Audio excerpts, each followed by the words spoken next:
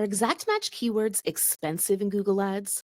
This is a question I've heard a few times recently, and like most things in Google Ads, there's not a clear answer, but I'm definitely not going to leave you on it depends. I'm your host, Jyll Saskin Gales. I spent 6 years working for big brands at Google, and now I work for you.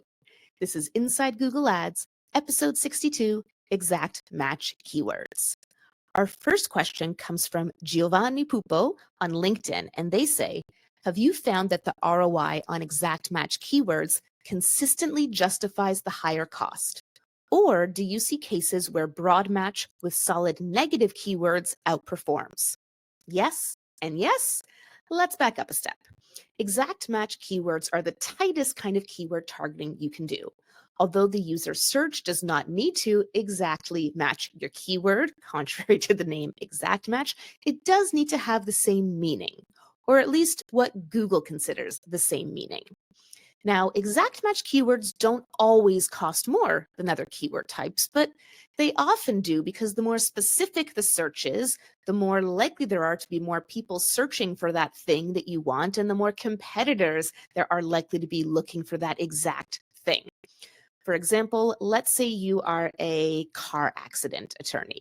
If you have car accident attorney in exact match, you could match to truck accident attorney, car accident lawyer, auto injury lawyer, right? Those would all probably be exact matches. And those are all the exact kind of searches you and all your competitors are going to want to advertise on.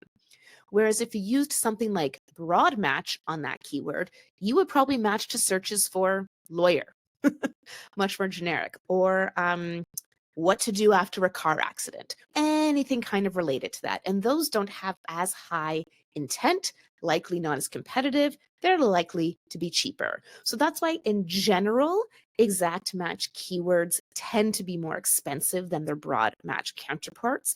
But that's exactly how they're supposed to work. Broad match combined with smart bidding is going to find those other searches where maybe the search itself doesn't have all the intent signals you need, but because of other things Google knows about that user, like the fact that maybe yesterday they were searching for an auto repair shop, for example, Google knows, okay, this could actually be relevant to you even though the search doesn't exactly match your keyword. I say all this to say the ROI in exact match keywords can sometimes justify the potentially higher cost because they tend to convert better than something like broad match. But that doesn't always shake out. Broad match could potentially get you more reach more affordably. So it really depends on your goals. The key, of course, for either one to work is you got to have solid conversion tracking in place. And smart bidding is going to be, well, the only option for broad match. Don't even try to use manual bidding with broad match. Even Google will tell you that. With exact match, I know some people still like to stick with manual bidding or SKAGs, but if you've been listening to this podcast before, you know it's 2025. You got to get with the program. Smart bidding is the way. If you've been enjoying the Inside Google Ads podcast, let me know. I love to hear from you. I got some lovely comments on LinkedIn recently from Joey Bidner and Andrew Grifford. Thank you. I appreciate that. If you're listening to this on Apple or Spotify, you could drop a comment to let other folks know they should have a listen. If you're watching this on YouTube, drop a comment. Let me know what you think of the episodes. And of course, if you want to share Inside Google Ads on social media, be sure to tag me. It really does brighten my day to hear from you. Our next question comes from Gabriele Benedetti on LinkedIn, and they say, in these days, I am trying to #meme, make exact match exact, with as many scripts as I can, but yet I've not found my preferred one. Any suggestions? I do not have a suggestion for you for a script to make exact match exact, and here's why.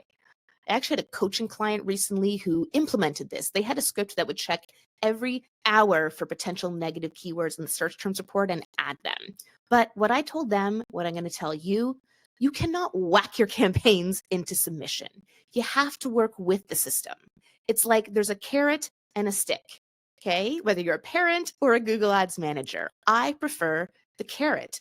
The carrot meaning, let's give this campaign what it needs to succeed on matching me to the right searches. Conversion tracking, smart bidding, consolidation, automation. That's the carrot. Rather than using a stick solution to tell the campaign what a bad job it's doing over and over and over and over and over and over and over with negative keywords. It's just not sustainable. It's just not scalable. You cannot make exact match exact again. Exact match now means exactly matching meaning. And that's fine, in my opinion. In politics and in Google Ads, the only way out is forward. We can't go back. Move forward with the times. Before we get to our final question, I was in Europe recently speaking at the Friends of Search conference and at SMX Munich, and I recorded both of those talks, partly because it was my first time speaking in Europe, so I wanted to see how I did. I think I did pretty great, if I'm allowed to say that. And I also wanted to be able to share this milestone with my Inside Google Ads course members. So if you are a member of Inside Google Ads, you can exclusively watch my Friends of Search talk about advanced audience targeting and my SMX Munich talk about image assets called Seeing is Converting. If you're not yet a member, you can join at learn.jyll.ca. That's JYLL.ca. Our final question today comes from Tittle68 on YouTube, and they ask, could you please expand further on why you wouldn't choose phrase match? Sure. Phrase match used to be my go-to match type. It was that lovely Goldilocks solution between exact and broad. And now I think phrase match is pretty useless. See, exact is useful because it's the most narrow match type, so that affords you the most control. And broad is useful because when paired with smart bidding, it leverages all kinds of extra signals that phrase and exact can't see. To quote Google, when you use broad match, the system also looks at additional signals in your account to match more relevant traffic, which includes landing pages, keywords in your ad group, previous searches, and more. My interpretation of this is that, well, phrase match doesn't afford you enough control anymore, and phrase match doesn't give you access to those extra signals, which leaves it as a pretty useless solution in 2025. Go exact or go broad. There's not just one match type to rule them all in Google Ads. If there were, it would make all this way too easy. So if you're just getting started with Google Ads, if you're a small business owner, if you're working with small business owner or working with a small budget, I do generally recommend starting with exact match keywords. If you've been running ads for some time and you're looking to scale, if you have a larger budget, then broad match keywords can be the right solution for you. Today's Insider Challenge is this, and this is actually coming off a coaching call I had right before I started recording. Let's say you've picked about 8 exact match keywords that perfectly align with the kinds of searches you want to advertise on. You are a local service provider, so you're advertising in a small service area where you do business. You run your Google Ads for a few weeks, and you don't get that much traffic. 50 or so impressions, just a handful of clicks, but you have 67% impression share. No conversions, and at this rate, you're just not going to get enough clicks in a month to potentially get any conversions. What do? Do you say, okay, that's the opportunity, I'm happy with it? Do you adjust your match types? Do you add more exact match keywords? Do you maybe test broad match instead? What do? Are you happy with these results or not happy with these results? The beauty of the Insider Challenge is there's no right or wrong answer, just an opportunity to stretch your brain on real-life Google Ads problem solving. Last episode's challenge was this. Let's say you're auditing an account, you're looking at the Performance Max campaign, you check the insights for the search term categories. Now you can get search term reports since I recorded that. And you see that this is essentially a brand campaign, like pretty much all the search terms are of the company's brand. And they also have a brand search campaign going. So PMax and brand search are both acting like brand campaigns.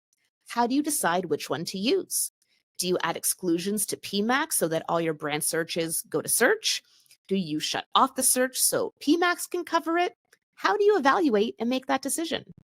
This is also based on a real coaching client scenario. And the thing I did, before I even tell you, I know this will be so unpopular. So remember, there's no right or wrong answer. This is what we decided to do.